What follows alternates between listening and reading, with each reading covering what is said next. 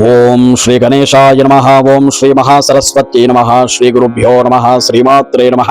ఆదిత్యాది గ్రహాధిపతయే నమః. మన సనాతన సాంప్రదాయం ప్రకారంగా ప్రతి కార్యానికి ముహూర్తము అనేది పురోహితులు నిర్ణయిస్తారు. మరి ఈ ముహూర్త విషయంలో చాలా మంది కంగారు పడుతూ ఉంటారు. 10 సార్లు ఫోన్ చేసి మమ్మల్ని పురోహితులు కంగారు పెడుతూ ఉంటారు. అసలు ముహూర్తం పెట్టిందే మేమైతే ఆ ముహూర్తాన్నే కన్ఫ్యూజన్ అయిపోయి మమ్మల్ని కంగారు పెడతారు, వారు కంగారు పడతారు. కావున ఈరోజు నేను చెప్పే విషయం అందరికీ ఉపయోగపడేది, అందరూ మిస్ అవ్వకుండా చూడండి, అందరూ తెలుసుకోవాల్సిన విషయం. ప్రప్రథమంగా విప్రా టీవీ ప్రేక్షకులందరికీ, సనాతన బంధువులందరికీ కూడా నమస్కారం. ఎవరైతే ఈ ఛానల్ని కొత్తగా చూస్తున్నారో సబ్స్క్రైబ్ చేయండి, వీడియో నచ్చితే లైక్ చేయండి. మీ ఆదరణ ఎప్పుడు కూడా ఉండాలి. అలాగే 10 మందికి షేర్ చేయండి. ఇలాంటి ఆధ్యాత్మిక ధర్మ సందేహాల నివృత్తి కోసం పక్కనే ఉన్న బెల్ ఐకాన్ అక్కడ మర్చిపోవద్దు. విషయంలోకి వెళ్ళిపోదాం. మనం ప్రతి కార్యానికి ఒక ముహూర్తాన్ని నిర్ణయిస్తాం. మరి ఆ ముహూర్తము ఎంత సమయం వరకు ఉంటుంది? జ్యోతిష్య శాస్త్ర ప్రకారంగా మనకు ఎన్నో గ్రంథాలు ఉన్నాయి. ఆ గ్రంథాలు ఒకటైన ముహూర్త దర్పణము అనే గ్రంథంలో చెప్తున్నారు. ముహూర్తము అనగా 2 అర్థాలు ఉంటాయి. ఒకటి కాలాన్ని సూచించేది కాలమానము అనే అర్థం.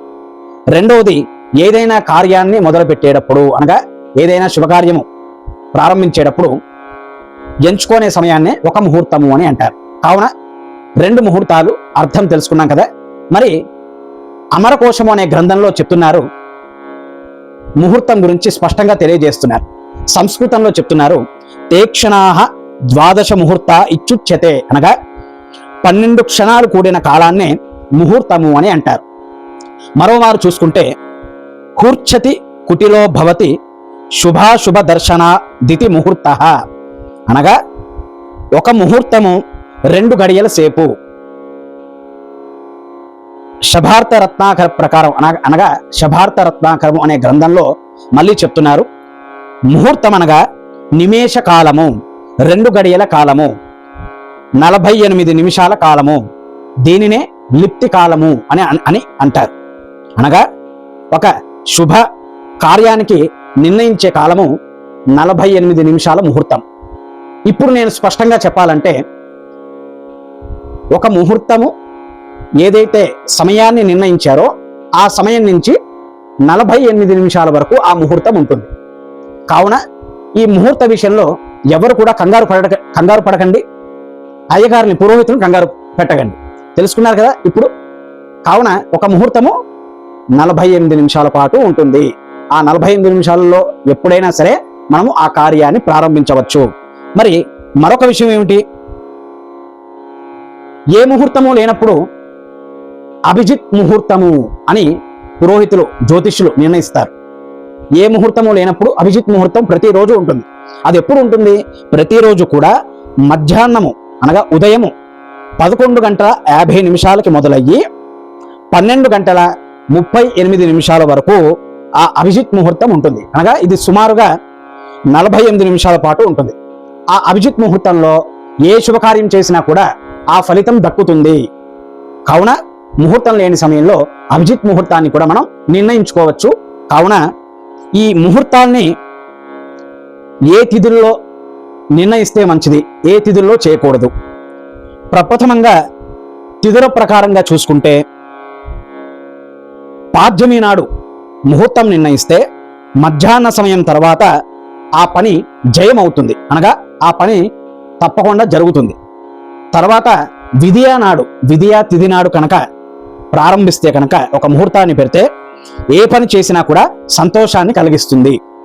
తదియా నాడు ప్రారంభిస్తే కనుక సౌఖ్యము, కార్యసిద్ధి మనకు కలుగుతుంది.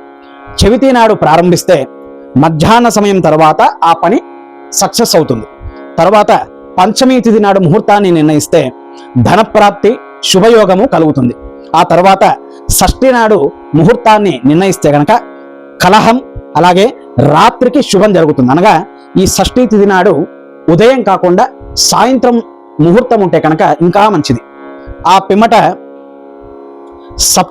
సప్తమి తిథి నాడు కనుక ముహూర్తాన్ని నిర్ణయిస్తే కనుక సౌఖ్యకరంగా ఉంటుంది.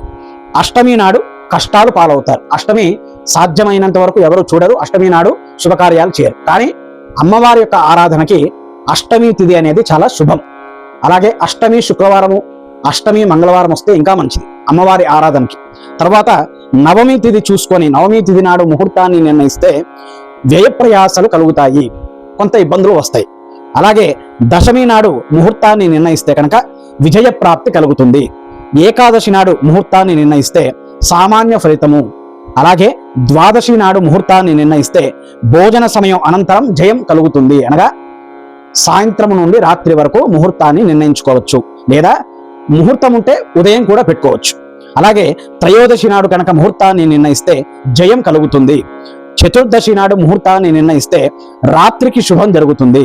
పౌర్ణమి నాడు ముహూర్తాన్ని నిర్ణయిస్తే సకల శుభకరం జరుగుతుంది. ఇక్కడ అసలైన విషయం ఏమిటంటే మనకు 15 రోజులు శుక్లపక్షము, 15 రోజులు కృష్ణపక్షము. అందరూ గమనించగలరు. 15 రోజులు శుక్లపక్షము, 15 రోజులు కృష్ణపక్షము. అనగా పాడ్యమి మొదలుకొని పౌర్ణిమ వచ్చే గడియల్లో ఇదంతా కూడా శుభం, అనగా శుక్లపక్షం. మళ్ళీ పౌర్ణమి మొదలుకొని అమావాస్య వచ్చే వరకు కృష్ణపక్షం. ఇది కొంత మధ్యమ ఫలితాన్ని కలిగిస్తాయి. కావున ఈ 2 సమయాలు, మాసాలు అనగా రోజులు గ్రహించి ముహూర్తాన్ని నిర్ణయిస్తే మంచిది.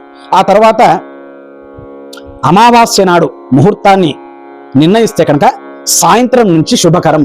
సహజంగా అమావాస్యని మేము ఎవరికి కూడా నిర్ణయించము, ముహూర్తాన్ని పెట్టము. ఆ రోజు అమావాస్య పనికిరాదు, కేవలం పితృకార్యానికి మాత్రమే అమావాస్య మంచిది. అలాగే దైవారాధన కూడా మంచిదే. ఆ తర్వాత షష్ఠి శనివారం వచ్చిన, సప్తమి శుక్రవారం వచ్చిన, అష్టమి గురువారం వచ్చిన, నవమి బుధవారం వచ్చిన, దశమి మంగళవారం వచ్చిన, ఏకాదశి సోమవారం వచ్చిన, ద్వాదశి ఆదివారం వచ్చిన, ఇలా ఏవైతే శుభకార్యాలు చేసుకుంటారో ఈ రోజుల్లో, ఈ తిథుల్లో మంచిది కాదు. కావున ఈ విషయాన్ని ప్రతి ఒక్కరూ గ్రహించండి. కానీ ఇంకో విషయం మనకేంటంటే ముహూర్త బలం ఎప్పుడు ఉంటే అప్పుడు చేయాల్సిందే. ఇప్పుడు మనం చెప్పే రోజుల్లో తిథుల్లో పనికిరాదు. కానీ ఒక మంచి శుభకార్యం అనగా వివాహం కానీ, గృహప్రవేశం కానీ, ఉపనయనం కానీ చేసేటప్పుడు వీటితో పాటు ఆ యొక్క వ్యక్తి యొక్క జాతకం కూడా చూడాలి. తన యొక్క లగ్న బలము అలాగే ముహూర్త బలాన్ని చూసి ముహూర్తాన్ని నిర్ణయిస్తాం. అదేవిధంగా చంద్రబలము, తారాబలాన్ని కూడా చూసి ముహూర్తాన్ని నిర్ణయించాలి. ఇదొక్కటే కాదండి, ఒక ముహూర్తాన్ని చూసేటప్పుడు తారాబలం, చంద్రబలం, జాతకరీత్యా, గోచార రీత్యా ఇవన్నీ కూడా చూడాలి.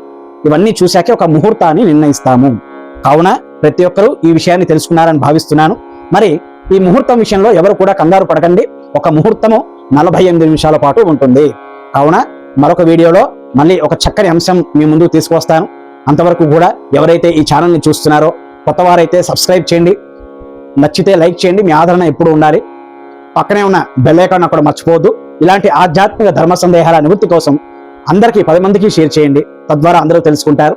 శుభం భూయాత్. శ్రీమాత్రే నమః.